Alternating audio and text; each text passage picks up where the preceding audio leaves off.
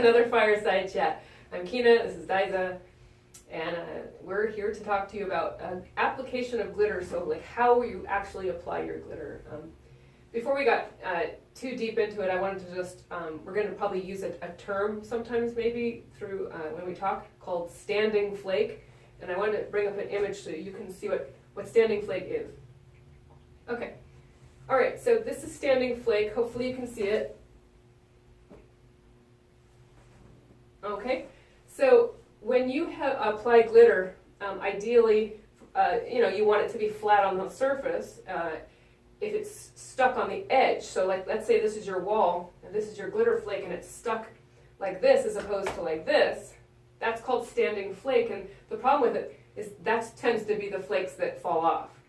So ideally, if you want to avoid flaking, you try and avoid standing flake, and unfortunately when you put glitter on, a lot of times you will get standing flake, which is like this. This is just ripe for falling off because it's only sticking by the edge. Yeah, and the bigger your flake, the more risk there is for that. Absolutely. So if we talk about standing flake, this is what we mean. Okay, let's move on. All right, so the Incas here. Kina actually did this, but this is using glitter glue, and it's just where you take your vat of glue and add glitter. You usually need a little bit more than you would think to make it that opaque, but you can also do it in a thin layer for an accent, and you just mix it up with whatever glue you're using, adhesive, and slather it on. It's really easy to do. You can just paint it on like with a brush or a foam brush. It's a super simple way to go to use glitter. Yeah, the nice thing I think, and the reason why I do it is because you don't have to seal it afterwards. Mm-hmm. So it's like you're done. You just don't, and you don't really get standing flake because your brush is pushing it down flat as you apply it. So yeah, really uniform. Yeah, so I think glitter glue is a really great application method. It's not as shiny sometimes because it's coating the flake, but it's not going to go anywhere. Okay, Diza and I both blow glitter on projects, and so I'm going to go through my project where I did it, and it's that one there. So this is a kid's car, and I went ahead and put the glitter on my hand, and then I cupped my hand, so it was sort of like a U, and I was able to really direct it straight on. I put it in, blew straight on, the glitter shot on. You can direct it very carefully with that method because if you have your hand flat, you'll get more of a wide, application. But if you cup your hand just a little bit, you can actually get really specific with your colors. And I wanted to have a mottled look so that there was blues and purples, and I didn't want it to just look all uniform or like I took one mix. So I went ahead and very specifically would blow purple areas onto it. And so I really, I'm a big fan of blowing glitter. I do it a lot. Mm-hmm. I do it a lot. So yeah, and I did it in the mural for the dog house. Yeah. I put it on paper. I just had such a tough time applying glitter to that. I did the brush technique, but when I did want to do it in specific spots, it was handy because it was at an angle. I could put the paper right there and blow like that, and I could bend the paper to direct it. It worked great. You do get glitter everywhere, and you do want to be careful not to breathe it. So like sometimes I blow and then just kind of step back. Yeah, you can watch this but video. But it does fall fast, so it's not lingering in the air too long.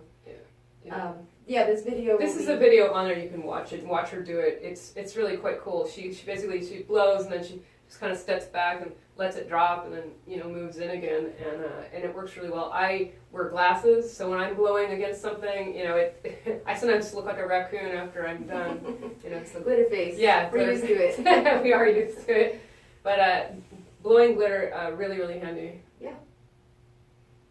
So this is where standing flake might be kind of a cool thing. So I did some tree branches. Can you hit that one for me? Yeah, let's get that big. Okay, so I did some tree branches for a retail store, and this here, I did 3 different application methods, but I wanted standing flake because standing flake, although it does tend to fall off if encouraged, it also catches light like crazy. So like if you have flakes that are just flat like this, you're going to get a certain look, but if you have flakes like this and flakes like this and standing on edges and so forth, you get more of a crystalled look. And for the tree branch, I wanted it to look like snow, so I wanted that crystal look. So standing flake was actually something I wanted on this one, so I went ahead and painted it.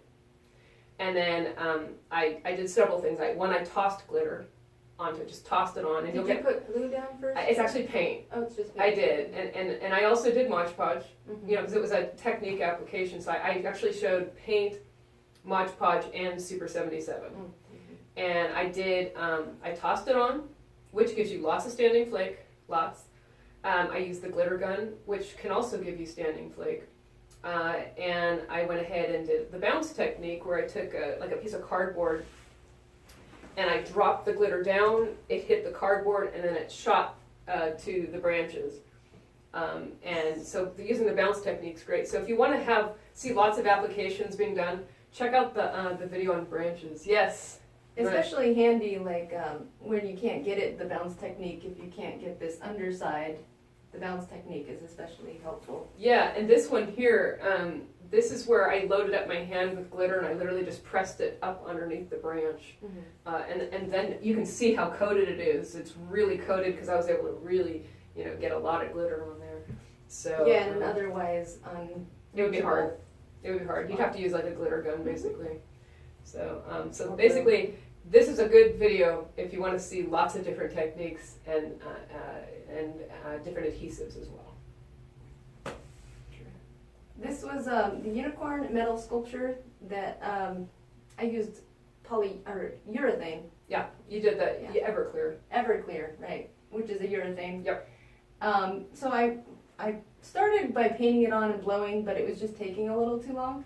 So I painted it on, and then I would come in with my brush and scumble it, load it up with glitter, and then just press it in to the urethane. Did you find that your brush would get overly heavy with glitter, and was that a problem, or did it just load up and it was okay? Got a certain patina on it that helped hold the glitter. Yeah. Because it had a It little bit of became sticky, urethane right? in it. Yeah. Yeah, and it just it was almost better as I used it more. Right. And the brush I had to toss at the end Oh, of yeah, the day sure. because it was just Yeah. just dries hard. But And you weren't brushing it on, you were literally tapping yeah, it on. I took my bowl of glitter and I would get a load in the brush and then tap it on. Yeah, it's beautiful. There's this video too. It shows it in fast motion, and it's like it becomes a whole rainbow. But it's really, really, really, really pretty. And using the scumble, you were able to fade it from one color to the next Mhm. really nicely. You're not getting Yeah. like a line. Like if you were doing a glitter gun or something, you would end up with a hard line. But with scumbling, you're able to kind of blend those two Yeah. colors. Even at some of the seams, I would come in with one color or the other, or mix Yeah. the two and make it even a nice ombre. Yep. I put this picture in just because I thought you might want to just talk about. I know that you layered on this. What was your main application for that big body? Did you scumble that, or did you just drop it over the top? Or? That was partly scumble, but mostly pour. I believe. You poured over the top. I believe I did. Like I would put the urethane down, and then with these larger Atlas Dazzle and Magellan Spark flakes, I poured those in spots. Or I wore gloves, so sometimes I would pour it in my hand and press it in. I think I did the press technique, and mostly scumble. Yeah. I think Yeah. used a lot of brush work. Cool. That one. Okay. I went So. through about 13 brushes. or Yeah, something. I don't doubt it. It's a full size horse. Yeah. So It was a big- I'm not big surprised. The I was, soft brush. yeah, so I'm going to just really quickly go into spraying. So here is, this is a HVLP hooked up to a compressor. And what it is it's actually, in this particular case, it's a clear coat for a car, but the glitter's actually in the hopper. And if you do this technique, you have to develop a rhythm, shall we say, where you're shaking to make sure that the glitter isn't settling at the bottom. You want to make sure that it's uniform throughout. So you'll go spray, spray, and then you got to shake and shake and shake and shake, and then spray and spray. You can't just like shake it, expect it to stay up in that medium, and then just start spraying your car. You do have to be very present and constantly shake the glitter to make sure that it distributes throughout. And also, you don't want it clogging up your nozzle, so you have to just don't get into the rhythm of the spraying. And I actually talk to myself. I say, spray, spray, shake, shake, shake, spray, spray. And it sounds like corny, but it's how I get uniform results. And do you have to clean your nozzle frequently? you don't. It actually, if you stay on it and you don't overload it and allow it to settle, you will find that it behaves very nicely. However, as soon as you're done, you do have to clean that gun. And you can see What was the glitter that you this used? was actually Centauri Silver Holographic. So there you go. Spraying is great. Love it. I do it on a lot of Dice's pieces when she's done. I'll spray over the top, and sometimes I do it without glitter, and sometimes we do another color on top. This is me applying glitter to a beard. I believe I used like either a hair gel or this special beard wax. So I just really worked it into the beard, and then with a soft brush tapped the glitter in. And you just did like a dry brush, allowing it to just kind of stick to the brush. And Yeah. Yeah. Just sort of load the brush up with a little curving action. Yeah, And right. then stipple it in. It worked really well. It did stick. I think in that particular one, I think the first one you did on him, if you did, was the wax, and this one. Did he come back another time? He did. He came back a second time, and I think he used the styling glue on it. It's by Giovanni, and I thought the picture ended up. It looked like you got more on it with the styling glue. I felt. Yeah, I think maybe Sarah did the styling gel one, Did but you? I did the wax one. Well, this guy here, he said that the wax was harder to wash out, and I know that the styling gel will be easier to wash out, so that's something to keep in mind. So this is a photo of Kina pouring epoxy on a tabletop, and I think that there's glitter in this bucket as well as epoxy, and you have to keep it suspended much. Yeah, you do, definitely. You definitely do. It does Yeah. tend to settle. It does settle. Mm-hmm. Epoxy's an interesting beast. It's really like it will be very temperamental in different temperatures. Yeah. So sometimes if I have a consistent temperature, I'll actually just let it sit up a little bit to get harder before I pour it. If I want it to like not run everywhere, there's a lot. It's a lot of play I find with epoxy. You just have to kind of work with it a bit before you know the properties of it. Absolutely, and every brand's different. Yeah. We work with like four brands, maybe 5 brands of different epoxies, and they're all different. They all have their own characteristics. They do. I think that it's beautiful. It doesn't detract from the shine. It's one of the few things you can work with glitter and where it actually won't knock down the shine. Mm-hmm. And in this particular case, it's like a flood coat. You're literally just flooding it, and it's a very fast way to apply it because it's doing the work for itself. Mm-hmm. It's self-leveling. It's self-leveling. Yeah, right? the most important thing that you can do is level your item. Uh-huh. So that it's not like this, right? Because Yeah. it's going to run off. And Pretty 2, important. keep it suspended, like you said. Uh-huh. But it's fast. Yeah, and in a day it's dry. Yeah. And it takes a few days, I think, to cure. And then there's just different grades of epoxy Yeah. too. You can go Yeah, with some the good flood better stuff. than others. Like this one here, that one there is, you can brush it on and it will self-level. You don't have to, like that other brand, you have to get tons of it, and it has to be flooded, and it has to have tons and tons in order to make sure that it's completely level, and it drops, and it's gorgeous. This one you can actually just, Was that Easy Craft? that one was the Ultra, Oh, and they I just didn't require, work that. it's an 1/8 of an inch. Oh, right. So it's really Is that intense. Envirotex? This one's the Envirotex. Ah, Yeah. So this one, you can just brush it on with a little bit more than you need to cover it, and it'll go, yeah, all right, Uh-huh. I'm good. Yeah. Yeah, And you can actually sometimes when you get good, you can find the The edge, tension. right? Yeah. Like the surface tension That's will it. keep it in place. It's super gratifying, and it's just so Yeah. beautiful with glitter. I Epoxy agree. is beautiful. And it's so easy to apply rather than, I mean, it's just, you know, you mix up your batch, you keep it suspended, you go to town on it, and, you know, it's done. Yeah. I love it. Easy to work with. You can also do a thin coat of epoxy. I was gonna try that on a glitter painting I did. Just a thin enough coat to still be a little bit pliable, Yeah. but really make the glitter pop. So I'm gonna try something with that. Yeah, this brand would probably be the one to do because it actually has a little bit of, it has a little flexibility to it. Not all the epoxies do. Some Yeah. of them they'll just crack Very under brittle. pressure. Yeah, really brittle. And this one, you know, One thing about epoxy too is that it's not UV yeah, sound. it's for inside. It's indoor use. only. Yeah, don't go stealing stuff for outside. It definitely isn't. Has this table been outside? It hasn't. Oh. No, and it's on a north-facing window. Oh. So Perfect. yeah, Yeah. it isn't a problem. This is one that I came across the file here. If you can click that one.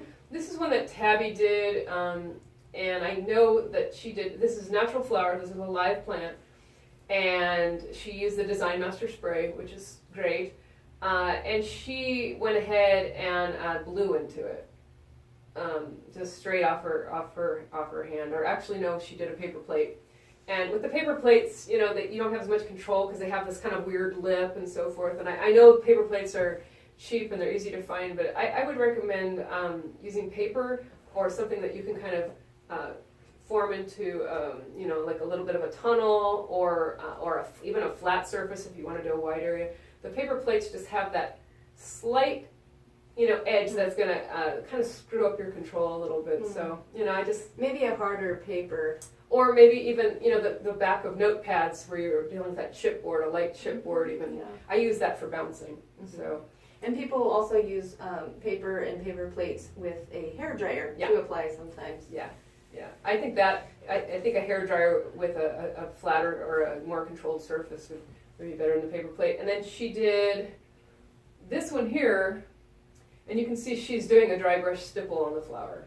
So she sprayed it with that, dipped her brush, and then came and dipped the flowers, you know, using the brush. And this is a spray glue. It is. It's the Design Master spray glue. Now, what you're not seeing here is the next flower she did, because she was doing a technique, and this is a video you can watch. She does 2 or 3 different techniques. The other one, she literally sprays it and then she dips it. So there's the dipping option, where she just dipped it into a bunch of glitter. Oh, fun. Yeah, and it came up, and of course it was dynamic and wonderful and beautiful and tons of glitter. And So heavy. it was heavy, but it was really, really pretty. That's cool. So dipping glitter. Nice. You know, we don't talk about that a lot, but it's an Yeah. option. Yeah, it's another option for a lot of people to use that with epoxy too. Absolutely, absolutely. There's the glitter gun Oh, in action. on Okay, the driveway. glitter gun. Here we go. Yes, so the glitter gun is a manual crank tool, Uh-huh. and it basically no power or anything, and you can use anything from ultra fine up to jumbo. Colossal doesn't. Some of the colors seem to run, some of them don't. I would stay away from Colossal. Just assume it doesn't work. And you have a lot of control. I mean, you videoed me doing it. Your The spout, you Yeah. can turn that around if you need to get under something. Yep. You can twist it around and it'll shoot up. Yep. So that's a lot of control there, and there's a governor underneath, so you can determine how much you want to come out Yeah. as it's- you're cranking. It's nice, and the other thing is you can crank really slowly. I remember one time Dysa was videoing me. I said, "Are you getting it?" She's like, "Yeah," and I was like just kind of barely moving the handle, and just this light spray was coming out. And I reviewed the footage later, and sure enough, you know, you could see it, and a little, you know, I did it silver over black. It was that cube thing that we shot. Yeah, might be great Yeah. for photo shoots. Yeah. Where you require, a consistent spray of glitter. Absolutely, absolutely. But you can also crank it really, really, really fast and hard, and you can get full coverage. So, you know, it's a nice tool. It does make a mess, so, you know, be prepared to, put down cash cloths or something. Those girls that did their bathroom, they Yes, used it. They that did was a great job with They it. did a ceiling. They They just did. pointed that up there and just crank, Yeah. crank. It's really, really handy. We sell a lot to film studios, and I suspect that they're, 1, doing props, but 2, they're probably doing effects. Probably. Yeah, and I think I have another one, but I'm not sure.